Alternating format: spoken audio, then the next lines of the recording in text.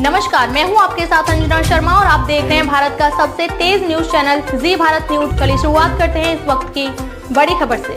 बड़े ही धूमधाम से गुरुकुल विद्यापीठ में मनाया गया एनुअल फंक्शन कार्यक्रम।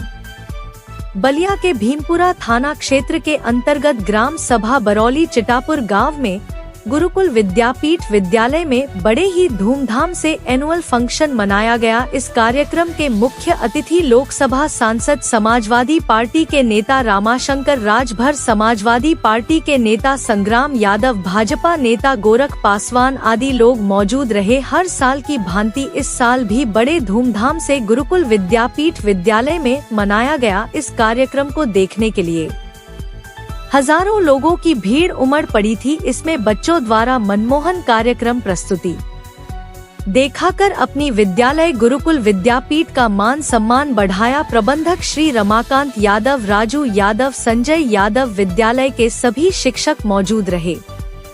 बलिया से सुधीर कुमार ठाकुर की रिपोर्ट, जी भारत न्यूज। चलो, सबसे पहले सर मैं आपका परिचय देना चाहूँगा। विद्यालय का डायरेक्टर, गुरुकुल विद्यापीठ का डायरेक्टर राजू यादव जी, जो इस विद्यालय का संचालन करता हूँ। तो विद्यालय कहाँ मौजूद है? ये बरौली ग्राम सभा में गुटापुर एक मोहल्ला है, उसी में गुरुकुल विद्यापीठ में स्थित है। देखा जाए कि जो आपके विद्यालय पर प्रोग्राम जो बच्चों द्वारा कराया गया है बहुत सराहनीय, बहुत अच्छा था। तो इस जो 26 जनवरी के शुभ अवसर पर क्या बच्चों को आपकी तरफ से शुभकामना संदेश और बच्चों को बताएंगे?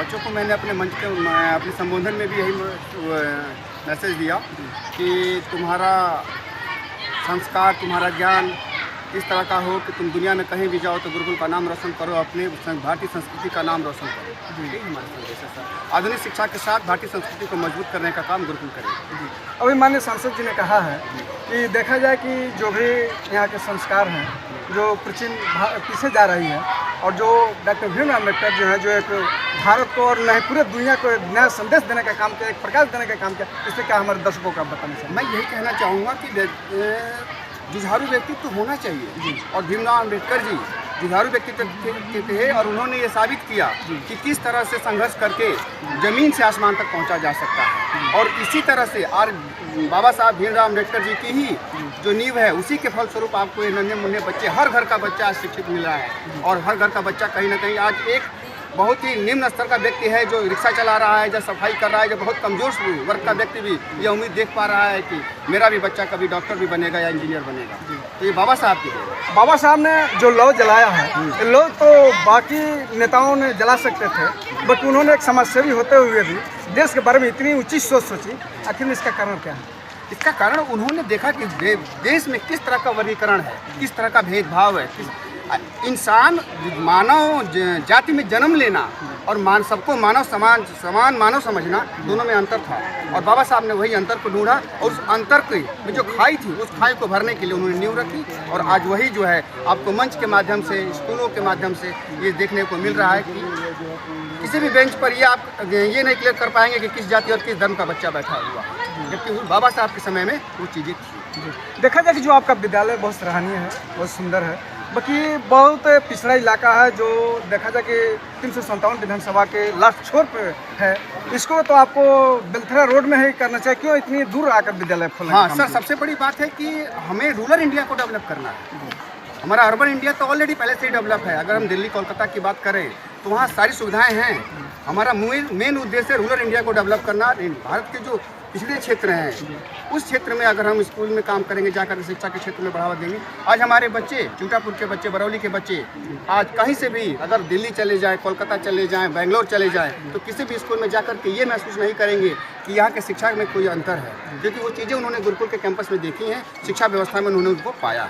शिक्षा इतनी महंगी है, आप क्या देहात में जो इस तरह के विद्यालय खोले हैं, तो बच्चे कैसे इतनी महंगी शिक्षा? बिल्कुल सर, बिल्कुल। जब विद्यालय खुला था, इसकी नींव रखी गई थी, तो इस सोच के साथ नींव रखी थी कि एक मजदूर जो दिहाड़ी करता है, उसकी जो दैनिक मजदूरी जो होती है उसके आधार पर इसकी फीस रखी जाएगी। भी पूरे इंडिया का एक तरह से कहा जाए तो सबसे सस्ता और CBSE बोर्ड ये स्कूल है, जिसमें हमने ये सोचा था कि अगर मजदूर भी चाहता है कि मैं अपने बच्चों को इंग्लिश मीडियम अच्छी स्कूल में पढ़ा सकूं, तो एक दिन की मात्र दिहाड़ी अपने बच्चे की शिक्षा के नाम पे खर्च करे, बाकी दिहाड़ी अपने घर के खर्चों पे खर्च। लास्ट सवाल आपसे यही रहेगा कि 26 जनवरी का बेला है, जो इस बेले के शुभ अवसर पे विद्यालय परिवार की तरफ से बच्चों के अभिभावकों का बच्चों के लिए क्या शुभकामना संदेश रहेगा? बच्चों के लिए मैं यही शुभकामनाएं दूंगा कि बच्चों पढ़ लिख करके माता पिता, जैसा कि मंच के माध्यम से सांसद जी ने भी कहा और विधायक जी ने भी कहा कि माता पिता बहुत ही अपनी ज़रूरतों से समझौता करके आपको स्कूल भेजते हैं, और इस उम्मीद में कि मेरा बच्चा पढ़ लिख करके अपनी कामयाबी को हासिल करेगा, उनके मंसूबों को कामयाब बनाएं, उनकी उम्मीदों पर खरा उतरें। यही मेरा संदेश है, यही मेरा शुभकामना है। धन्यवाद सर। इतना सुंदर हुआ है जो बच्चों द्वारा एक प्रस्तुति की गई है, इस प्रस्तुति से आप कितना संतुष्ट? देखिए, मैं यहाँ के विद्यालय के प्रबंधक को, प्रधानाचार्य को और विद्यालय परिवार को बधाई देना चाहता हूँ कि इन लोगों ने अभिभावकों का दिल जीत लिया जी। और ये तभी संभव है कि इलाके में यह प्रचारित हो गया है कि इस विद्यालय में बहुत अच्छी पढ़ाई होती है, और जब बहुत अच्छी पढ़ाई होती है, ये प्रचारित हो गया है, तो ये कहने मात्र से नहीं होगा। कोई गार्जियन एक साल बच्चे को डालेगा, ग्रोथ नहीं होगा तो हटा देगा जी। लेकिन ये एक दिन में नहीं बच्चे इतने बढ़े हैं। ये गार्जियनों का भरोसा इस विद्यालय परिवार ने जीता है, और इसके लिए मैंने इस विद्यालय परिवार को बहुत बहुत बधाई दी जी। अभी जो आप मंचों से कहे हैं कि जो बाबा साहब थे उस तरफ बच्चों को विकसित करना है, बनाना है, तो किस तरफ बच्चों को विद्यालय परिवार विकसित करेगा? हिंदू धर्म में 4 पन होते हैं, तो हम तो यही कहेंगे कि 3 पन विद्यालय जाए और चौथे पन में जहाँ जाना होगा मंदिर, 3 पन विद्यालय जाए, अपना भविष्य बनाए, और चौथे पन में मंदिर। लास्ट सवाल आप कह रहे हैं कि जो 26 जनवरी का मेला चल रहा है, 26 जनवरी है, इस 26 जनवरी के शुभ अवसर पर क्षेत्रवासियों को, नगरवासियों को, जनपदवासियों को क्या शुभकामना संदेश देंगे? मैं अपने संसदीय क्षेत्र लोकसभा के विधानसभा भाजपा, विधानसभा सलेमपुर, विधानसभा बिल्कुरा, विधानसभा सिकंदरपुर, विधानसभा बांसडीह के सभी सम्मानित नागरिकों को, जनपद देवरिया, जनपद बलिया, संपूर्ण उत्तर प्रदेश और भारत के प्रत्येक नागरिकों को मैं गणतंत्र दिवस की बहुत बहुत बधाई देता हूँ, और